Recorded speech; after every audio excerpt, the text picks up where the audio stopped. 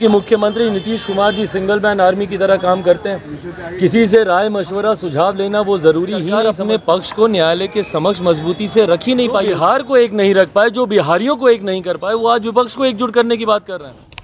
लोक जनशक्ति पार्टी रामविलास के राष्ट्रीय अध्यक्ष चिराग पासवान आज पटना पहुंचे और पटना पहुंचते जाति आधारित गणना को लेकर मुख्यमंत्री नीतीश कुमार पर हमला बोला है। दरअसल जाति आधारित गणना पर हाईकोर्ट ने रोक लगा दी है, जिसको लेकर कल नीतीश कुमार ने कोर्ट में अपील दायर की, जिसको लेकर अब चिराग पासवान ने कहा कि इनको याद आ रहा है कि जल्दी सुनवाई हो। जब जनगणना शुरू हुई थी तब भी हमने आशंका जाहिर की थी। हम लोग शुरू से ही कहते आ रहे हैं कि जातीय जनगणना का हम लोग समर्थन करते हैं और ऐसे दल जो इसका समर्थन करते हैं क्यों नहीं सर्वदलीय बैठक बुलाए, तमाम दलों से सुझाव इसमें लिया जाए। लेकिन मुख्यमंत्री Nitish Kumar single man army की तरह काम करते हैं। किसी से राय मशवरा सुझाव लेना वह जरूरी ही नहीं समझते और यही कारण है कि इसका स्वरूप ही इतना कमजोर तैयार किया गया कि सरकार अपने पक्ष को न्यायालय के सामने रख नहीं पाए। वहीं विपक्षी पार्टियों को एकजुट करने के सवाल पर कहा कि जो बिहार और बिहारियों को एक नहीं कर पाए वो विपक्ष को एकजुट करने की बात करें, हास्यास्पद है कि जल्दी सुनवाई हो। हाँ, रिट पिटीशन अब इनको डालने का याद आ रहा है ना कि जल्दी सुनवाई हो। भाई हम लोग शुरू से कहते आ रहे हैं कि जातीय जनगणना का हम लोग समर्थन करते हैं और ऐसे दल जो इसका समर्थन करते हैं क्यों नहीं सर्वदलीय बैठक बुलाई गई, क्यों नहीं तमाम दलों के सुझाव इसमें लिए गए। शुरू में भी जब ये जनगणना शुरू भी हुई थी उस वक्त भी हम लोगों ने आशंका जाहिर की थी कि भाई क्या हो रहा है, कैसे हो रहा है, प्रोसेस क्या है, क्या तरीका है, किसी को मालूम ही नहीं है। क्यों? क्योंकि मुख्यमंत्री Nitish Kumar ji single man army की तरह काम करते हैं। किसी से राय मशवरा सुझाव लेना वो ज़रूरी ही नहीं समझते हैं और यही संभवतः कारण होगा कि इसका स्वरूप इतना कमज़ोर तैयार किया गया है कि सरकार अपने पक्ष को न्यायालय के समक्ष मजबूती से रख ही नहीं पाई होगी और परिणाम स्वरूप न्यायालय ने इसके ऊपर अंतरिम रोक लगा दी है। अब देखते हैं कि भाई अब आने वाले दिनों में सरकार की मंशा अगर रहती तो इसको और मजबूती से करती ना। सरकार की मंशा रहती तो जितने भी दल जो समर्थन कर रहे हैं सबको साथ में लेती। सरकार की मंशा रहती तो सर्वदलीय बैठक इसके ऊपर बुलाती। ये सिर्फ दिखावे की राजनीति है भैया।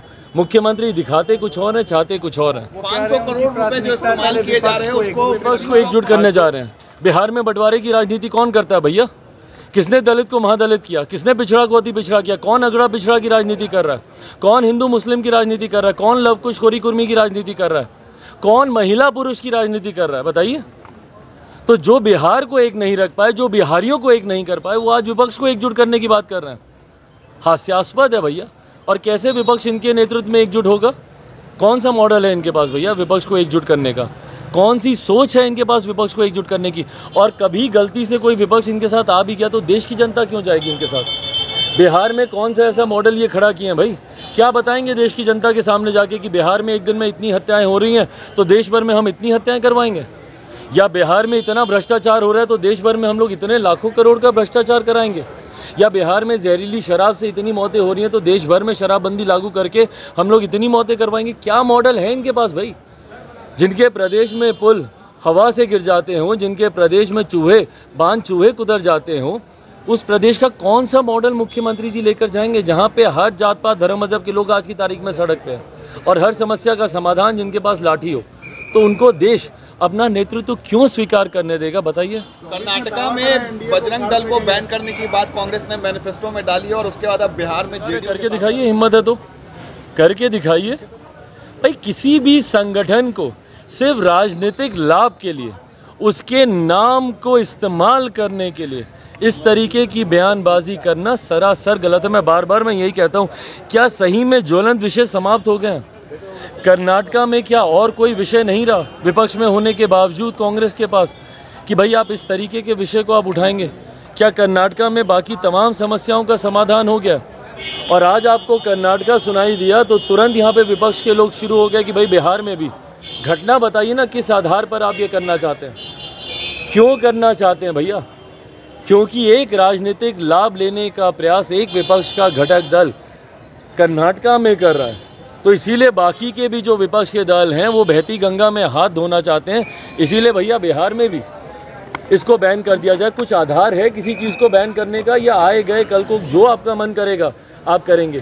तानाशाही की सरकार चला रहे हैं या लोकतंत्र की सरकार चला रहे हैं?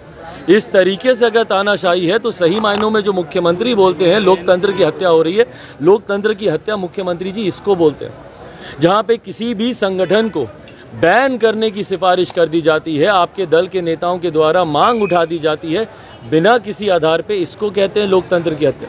लोकतंत्र की हत्या 2017 में आपने की थी, जब जनादेश का अपमान करके आपने दूसरी वैकल्पिक सरकार बना ली थी, और 2015 के जनादेश का अपमान किया था। लोकतंत्र की हत्या आज आप कर रहे हैं। जनादेश एनडीए के लिए था, महागठबंधन के सरकार के साथ आप सरकार चला रहे हैं। ये तमाम परिणाम, ये तमाम प्रमाण हैं कि कैसे मुख्यमंत्री नीतीश कुमार जी लोकतंत्र की हत्या करते हैं, कैसे नीतीश कुमार जी की लोकतंत्र विरोधी सोच रही है।